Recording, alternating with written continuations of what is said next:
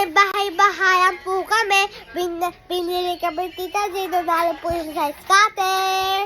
Ito po yung bahay-bahayan namin. Ito oh. Kylie! Kylie! Hello! So guys, tatalo si Tita J sa ice-cutter kasi maganda siya. Ito po guys. Ano yun mo?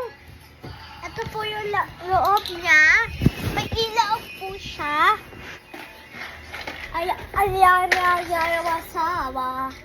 Ayan po siya. Ito pala. Yan. Mas malibalag. Tapos, tayo tulpuan. Tama na. May kusina. At last, may bintana dito. At sobrang last, may pintuan. May pintuan. Nalalagdag kasi yung maraming koko.